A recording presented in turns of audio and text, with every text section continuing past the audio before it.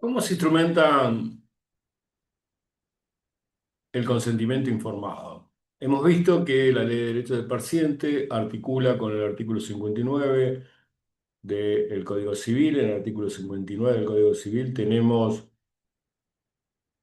todo lo que tenemos que informarle al paciente, la consagración del derecho máximo que tiene una persona, que es el derecho a la vida, a partir de una decisión de una voluntad anticipada, que es la muerte digna. Eso nos muestra cómo garantizan ambos instrumentos legales y cómo articulan con respecto a los derechos del paciente. Se instrumenta este principio de voluntad anticipada, que es como lo llama el derecho, para garantizar la autonomía de los pacientes a partir de la instrumentación. Ambos comparten la instrumentación. La instrumentación es otra vez, como dice acá, en forma verbal, excepto cuando hay una internación, cuando hay una intervención quirúrgica, cuando hay procedimientos diagnósticos y terapéuticos invasivos, y acá vuelve a aparecer en el marco legal una cuestión de que la ley no resuelve, que es qué entendemos como métodos invasivos en la medicina, y es exclusivamente la medicina la que tiene que determinar qué métodos son invasivos, qué métodos no lo son, el riesgo que implica estos procedimientos, y dentro de la instrumentación está la revocación. Es decir, puede el paciente revocar cualquier consentimiento en cualquier momento antes de su ejecución. Entonces, tengamos en claro que el consentimiento siempre tiene que expresarse. Siempre es verbal, excepto, como hemos dicho, escrito, internación, cirugía, procedimiento de diagnóstico y terapéutico invasivo y procedimientos que implican riesgos. Ahí está también otro segmento que la medicina tiene que tener en claro cuáles son los procedimientos que implican riesgo para el paciente. Y veamos este párrafo particular que hay que tener muy en cuenta, ya que muchas veces se utilizan los casos, los datos que contienen los casos, como exposición a fines académicos. ¿Y qué dice la ley? Para preservar los datos, que dichos datos solamente pueden ser utilizados si el paciente presta el consentimiento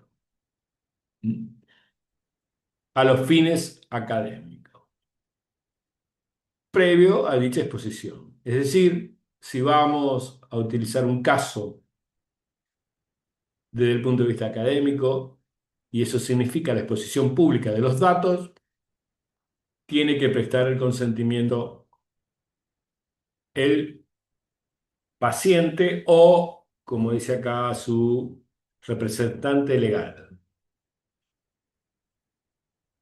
¿Cuáles son las excepciones? Es decir, cuando no tenemos de la medicina que requerir el consentimiento.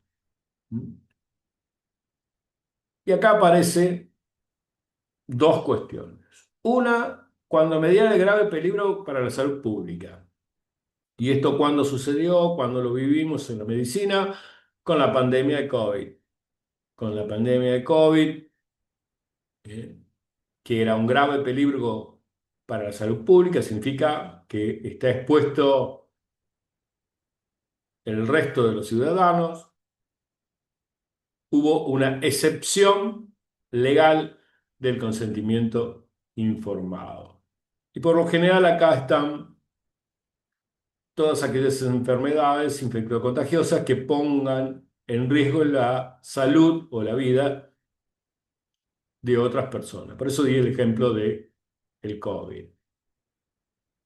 O cuando mediar una situación de emergencia, lo que ya hemos planteado, y vimos en el Código Civil de una situación de emergencia donde habla de que no puede dar el consentimiento. Ya lo hemos visto en el esquema. Es decir, esa situación de emergencia, el paciente inconsciente, es una excepción del consentimiento informado, en la cual las prácticas médicas están autorizadas. Y la revocabilidad, es decir, que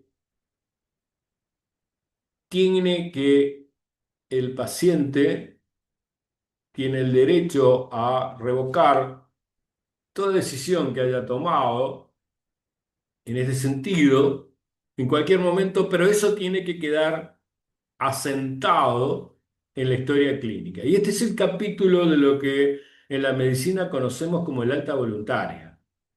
Y la alta voluntaria se toma como una revocación del consentimiento que dio un paciente. Y eso tiene que estar plasmado en la historia clínica. Ustedes saben que esa es una realidad de la medicina. Muchos pacientes, particularmente en internaciones, solicitan el alta voluntaria y desde el punto de vista legal, ¿eso qué significa? Significa la revocatoria del consentimiento, es decir, todo lo que hasta ahí autorizaron, y esa revocatoria se plasma en la historia clínica y de esa manera releva la responsabilidad médica a través de la rúbrica en la historia clínica. Y puntualmente, esta ley de derecho del paciente consagra la muerte digna como el acto más cúlmine que tiene una persona con respecto a decidir en relación a su vida. Porque acá lo que está plasmando en la muerte digna es que si la persona tiene una enfermedad irreversible e incurable, tiene un derecho a tener una muerte digna. Esto es para consagrar lo que hemos visto al inicio de esta ley de derechos del paciente, de evitar ese ensañamiento terapéutico.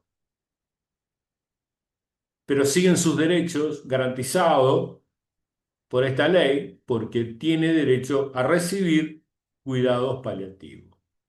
Pero acá no tenemos que confundirnos con la eutanasia. La eutanasia es un procedimiento médico que en la República Argentina es un delito. Ustedes van a transitar este tema